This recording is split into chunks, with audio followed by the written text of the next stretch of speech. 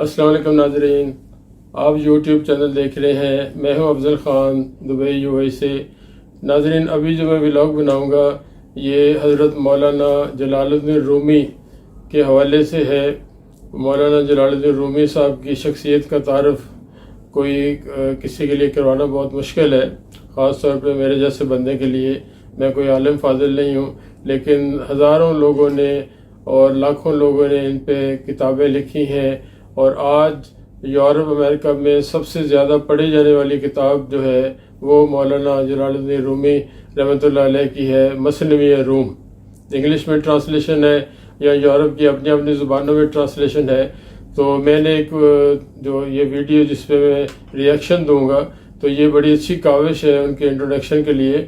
بہت سارے لوگوں نے انٹروڈکشن کی ہے، بہت سارے لوگوں نے انٹروڈکشن ویڈیوز بنائی ہیں، ان کے کلام کے اوپر بات کی ہے۔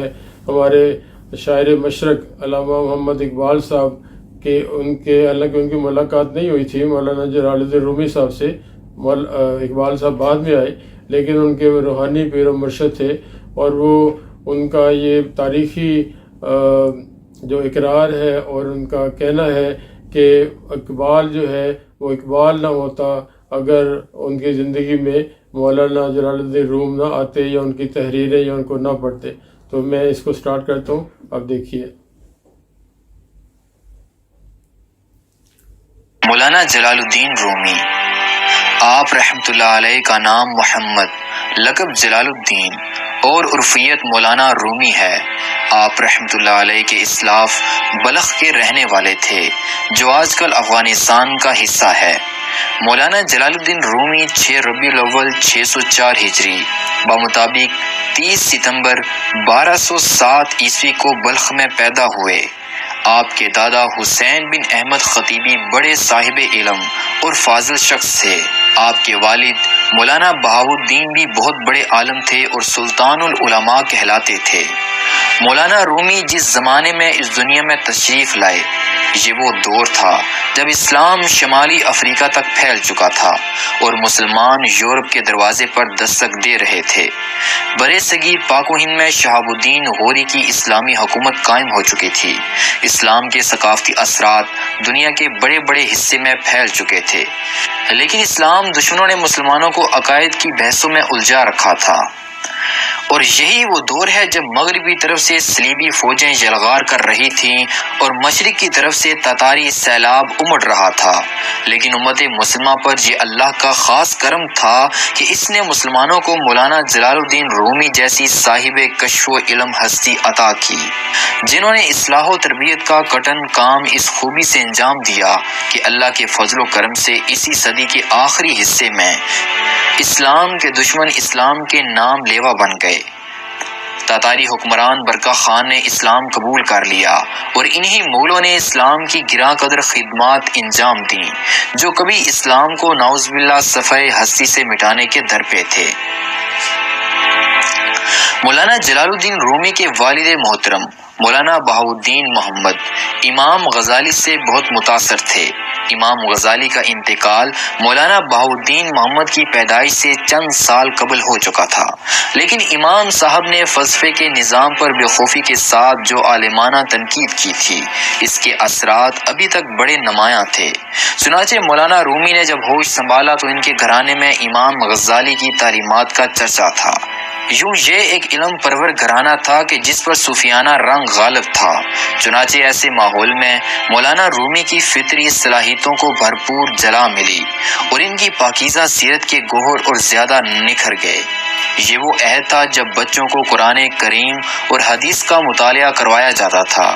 اس کے علاوہ حساب، منطق، سیاسیات اور فلسفہ اخلاق کی بھی تعلیم دی جاتی تھی۔ مولانا بہاؤالدین کو اپنے ہونہار فرزند کی تعلیم و تربیت کا بڑا خیال تھا، اسی لیے انہوں نے اپنے ایک مرید سید برہان الدین محقق ترمذی کو اپنے بیٹے کا اتالیق مقرر فرمایا۔ سید برہان الدین بڑے بلند مرتبے والے بزرگ تھے۔ آپ نے بڑی محبت کے ساتھ اپنے لائق شاگرد کو 5 سال تک تعلیم دی۔ اس کے بعد حالات کچھ ایسے ہوئے کہ مولانا مولانا بہاؤالدین کو 610 ہجری میں بلخ کی سکونت ترک کرنی پڑی۔ اس کی وجوہات مختلف مورخین نے مختلف بیان کی ہے، لیکن اصل وجہ غالباً یہی تھی کہ آپ کو اس علاقے پر منگولوں کے حملے کا اندیشہ تھا، اور آپ نے اس علاقے کے حکمران محمد شاہ خوارزم کو خبردار بھی کر دیا تھا۔ مولانا بہاؤالدین اپنے اہل خانہ کے ساتھ بلخ سے روانہ ہو گئے۔ راستے میں آپ جس شہر سے بھی گزرتے آپ کا پرجوش خیر مقدم ہوتا۔ نیشا پور پہنچنے پر آپ مشہور بزرگ شاعر خواجہ فرید الدین عطار سے آپ کی ملاقات ہوئی۔ خواجہ صاحب نے ننھے جلال الدین کو دیکھا تو آپ کے والد مولانا بہاؤالدین سے کہا، اس جوہر کابل سے غافل نہ ہونا۔ یہ کہہ کر آپ نے اپنی کتاب اسرار نامہ ننھے رومی کو مرحمت فرمائی۔ مولانا روم نے اس کتاب کو آخر دم تک عزیز رکھا۔ نیشا پور سے مولانا کے والد اپنے اہل خانہ کو لے کر بغداد پہنچے۔ بغداد میں روم کے سلجوقی حکمران علاؤ الدین کیقباد کے کچھ سفارتکار بھی آئے ہوئے تھے۔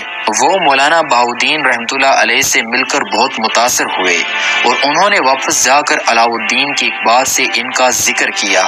مولانا بہاؤالدین بغداد سے مکہ مکرمہ پہنچے، حج بیت اللہ کی سعادت حاصل کی۔ اس مبارک فریضے کی ادائیگی میں ننھے رومی بھی ان کے ساتھ تھے۔ مکہ مکرمہ سے یہ خاندان دمشق اور پھر زنجان چلا گیا۔ زنجان میں فخر الدین بہرام شاہ حکمران تھے جو بڑے علم دوست تھے۔ زنجان سے مولانا بہاؤالدین نے ملاتیا کا رخ کیا۔ آپ کے ہمسفروں نے آذربائیجان میں قیام کرنا چاہا، مگر آپ نے اس بات کو پسند نہ فرمایا۔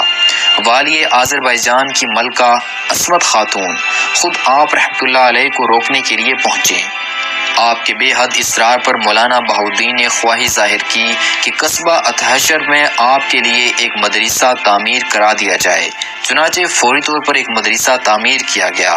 مولانا بہاؤالدین نے اس مدرسے میں 4 سال تک درس و تدریس کے فرائض سر انجام دیے۔ آذربائیجان کے والی ملک فخر الدین اور ملکہ عصمت خاتون کے انتقال کے بعد سلطان العلماء مولانا بہاؤالدین لارندہ چلے آئے۔ یہاں بھی ایک مدرسہ تعمیر کیا گیا اور مولانا بہاؤالدین نے 7 سال تک یہاں تعلیم دی۔ سمرقند کے ایک معزز بزرگ خواجہ شرف الدین سمرقندی بھی لارندہ آ گئے تھے۔ مولانا بہاؤالدین کی خواہش پر خواجہ شرف الدین کی بیٹی گوہر خاتون کی شادی مولانا جلال الدین رومی سے کر دی گئی۔ اس وقت مولانا کی عمر 17 یا 18 سال تھی۔ یوں 632 ہجری میں مولانا کے پہلے فرزند رشید سلطان پیدا ہوئے۔ مولانا کے دوسرے بیٹے علاؤ الدین بھی لارندہ ہی میں پیدا ہوئے۔ روم کے حکمران علاؤ الدین کیقباد کے دور میں تتاریوں کا فتنہ نمودار ہو چکا تھا، اور چنگیز خان نے بلخ، بخارا، سمرقند، نیشا پور، ہرات اور مرو میں تباہی مچا دی تھی۔ چنانچہ تمام متاثرہ علاقوں سے لوگ پناہ لینے کے لیے کونیا کا رخ کر رہے تھے۔ کونیا موجودہ ترکی کے شمال حصے میں واقع ہے۔ علاؤ الدین کیقباد علم پرور حکمران تھے۔ انہوں نے کونیا آنے والے علمی شخصیات کو بہت عزت دی، اور مولانا بہاؤالدین کو بھی کونیا آنے کی دعوت دی۔ مولانا بہاؤالدین نے دعوت قبول کر لی اور لارندہ سے کونیا منتقل ہو گئے۔ اس وقت مولانا رومی کی عمر تقریباً 22 سال تھی۔ علاؤ الدین کیقباد نے مولانا بہاؤالدین کے ہاتھ پر بیعت کر لی۔ کونیا میں قیام کے دوران 2 سال بعد مولانا رومی کو ایک صدمے سے دوچار ہونا پڑا، کیونکہ 628 ہجری میں مولانا کے والد سلطان العلماء مولانا بہاؤالدین رحمۃ اللہ علیہ کا انتقال ہو چکا تھا۔ ان کے بعد تمام اکابر کی نگاہ مولانا رومی پر پڑی، اور اتفاق رائے سے مولانا رومی کو اپنے والد کا جانشین چن لیا گیا۔ ان دنوں مولانا رومی کے اتالیق سید برہان الدین محقق ترمذی اپنے وطن ترمذ میں تھے۔ انہیں اپنے مرشد مولانا بہاؤالدین کے انتقال کی اطلاع ملی تو وہ اشکبار آنکھوں کے ساتھ کونیا پہنچے۔ پیارے شاگرد جلال الدین رومی کو گلے لگایا۔ یہ جان کر انہیں بے حد خوشی ہوئی کہ ان کے ہونہار شاگرد نے تمام علوم میں کمال مہارت حاصل کر لی ہے۔ مولانا رومی اپنے بے انتہا علم کے باوجود اب بھی علم کے حصول کے متلاشی تھے۔ علم کی پیاس ہنوز باقی تھی۔ اپنی تشنگی دور کرنے کی غرض سے انہوں نے 630 ہجری میں شام کا رخ کیا۔ اس زمانے میں دمشق بہت بڑا تعلیمی مرکز تھا۔ مولانا پہلے حلب پہنچے۔ یہاں سلطان صلاح الدین ایوبی کے بیٹے الملک الظاہر نے کئی مدرسے قائم کیے تھے۔ مولانا نے مدرسہ حلاویہ میں مولانا کمال الدین ابن ادیم سے علم حاصل کیا۔ دیگر کئی مدارس سے بھی استفادہ کیا۔ پھر حلب سے آپ دمشق پہنچے۔ یہاں بڑے بڑے علماء کرام درس و تدریس میں مشغول تھے۔ یوں علم حاصل کرنے کے بعد 635 ہجری میں آپ دمشق سے واپس کونیا چلے آئے۔ علاؤ الدین کی اقباط کے اتالیق امیر بدر الدین گہر تاش نے یہاں ایک بڑا مدرسہ تعمیر کیا تھا۔ آپ واپس آ کر اسی مدرسے میں قیام پذیر ہوئے، حالانکہ آپ کو عظیم الشان محلات کی پیشکش کی جا چکی تھی۔ کونیا میں آپ نے درس و تدریس کی ذمہ داری سنبھال لی اور مولانا کے اکثر ساتھی بھی کونیا آ پہنچے۔ اس طرح کونیا علماء کرام کا بڑا مرکز بن گیا۔ مولانا رومی کے مدرسے میں 400 سے زائد طلبہ تھے۔ مولانا اپنے مدرسے کے علاوہ دیگر 3 مدارس میں بھی درس دیا کرتے تھے۔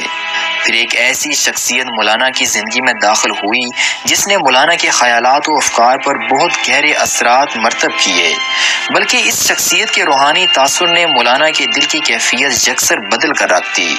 یہ شخصیت ایک بہت بڑے بزرگ اور صوفی حضرت شاہ شمس تبریز کی تھی۔ حضرت شمس تبریز کی زبان سے نکلے ہوئے کلمات کو سن کر مولانا رومی پر وجد کی کیفیت طاری ہو گئی اور آپ حضرت شمس تبریز کے مرید ہو گئے۔ اس کے بعد کیفیت یہ تھی کہ مولانا رومی اور حضرت شمس تبریز گھنٹوں ایک ساتھ بیٹھے رہتے تھے اور معرفت الہی اور تصوف کی گفتگو جاری رہتی تھی۔ لیکن کچھ ہی عرصے کے بعد 672 ہجری میں مولانا جلال الدین رومی سخت بیمار ہو گئے۔ طبیبوں نے علاج کی بڑی کوشش کی لیکن کامیاب نہ ہو سکے۔ مولانا رومی نے بیماری کے عالم میں مولانا حسام الدین چلپی کو اپنا جانشین مقرر فرمایا۔ اپنے مریدوں کو نصیحتیں کی کہ وہ ہر حال میں اللہ سے ڈرتے رہیں، اور 6 جمادی الاخر 672 ہجری بمطابق 13 دسمبر 1273 عیسوی کو غروب آفتاب کے وقت عالم اسلام کے اس عظیم ستارے نے دنیائے فانی کو الوداع کہا۔ رات میں آپ کی تجہیز و تدفین ہوئی۔ مولانا رومی کو ان کے والد محترم مولانا بہاؤالدین کے مقبرے کے اندر ہی دفن کیا گیا۔ سبحان اللہ، سبحان اللہ۔ جی پوری ہسٹری تو اس میں آپ نہیں کہہ سکتے، لیکن یہ کہ بیسک چیزیں انہوں نے جنہوں نے ویڈیو بنائی ہے بیسک چیزیں کور کر دی ہیں۔ جیسے میں نے بتایا کہ ان کی زندگی پہ اتنی زیادہ تحقیق ہوئی ہے کہ ایک نشست میں اس کو پورا کور کرنا امپاسبل ہے، آؤٹ آف کویشچن ہے۔ تو یہ ایک چھوٹی سی میری کوشش تھی اور لازمی اس کو پسند آئے گی آپ کو، اور میری کاوش اچھی لگے تو میرا چینل سبسکرائب کریں اور میرا حوصلہ بڑھے گا، اور آنے والی دنوں میں کوئی بھی کسی بھی ٹاپک پہ جو میری ویڈیو بنے گی آپ کو آٹومیٹکلی ملتی رہے گی۔ کوئی بات کوئی میسج کرنا ہو، میرا واٹس ایپ نمبر میرا فون نمبر لکھا ہوتا ہے۔ ٹل دا نیکسٹ ویڈیو، السلام علیکم، خدا حافظ۔